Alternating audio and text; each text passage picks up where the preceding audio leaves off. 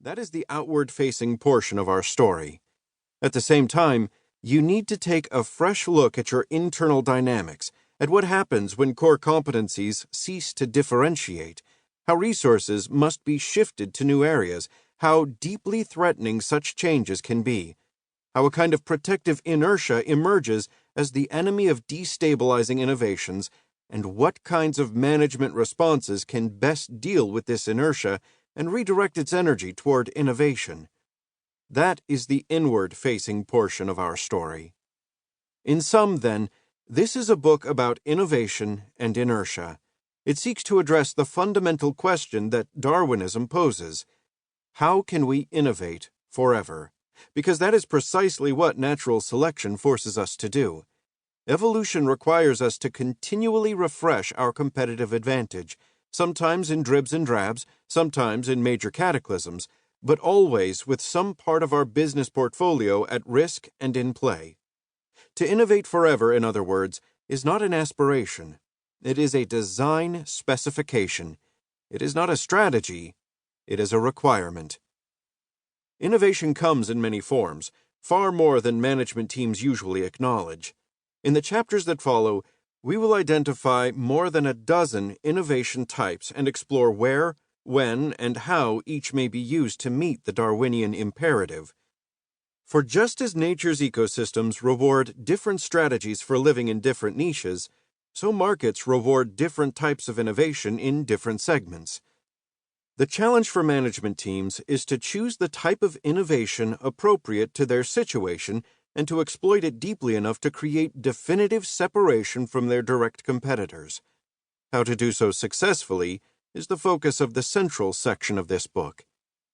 The longer one has been at this exercise in continual renewal, the more one develops a legacy of past achievements.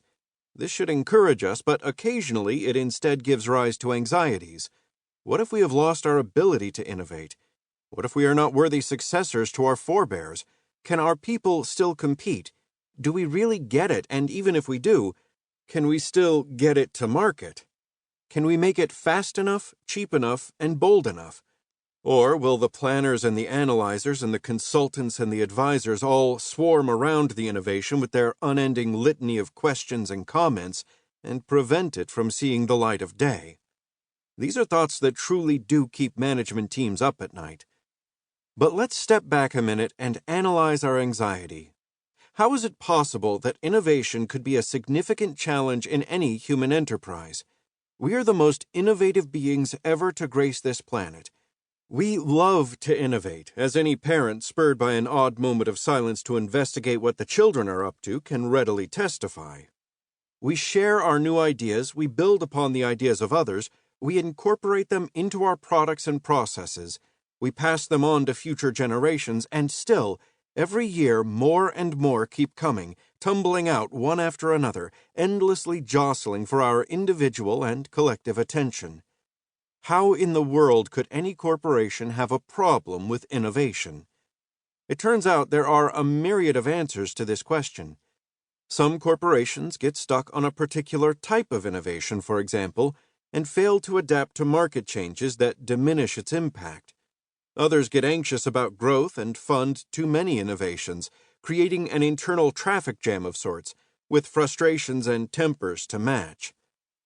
Still others innovate injudiciously, squandering the scarce resources of time, talent, and management attention on initiatives that do not further competitive advantage. And finally, all corporations striking out in a new direction are impeded by the force of inertia. Indeed, the more successful their past innovations have been, the stronger the resistance to any subsequent innovation changing the course. All of which leads us to a fundamental premise of this book. Innovation and inertia are so deeply intertwined that both must be engaged concurrently for any progress to occur. This is not the common practice. Most companies tackle the two in series, not in parallel. Invest, downsize, invest, downsize. This rhythm of binge and purge is often masked by the oscillation of business cycles, but the two should not be confused. Although business is inherently cyclical, the need for innovation and the resistance of inertia are perennial, and every phase of the cycle creates the opportunity to address the pair in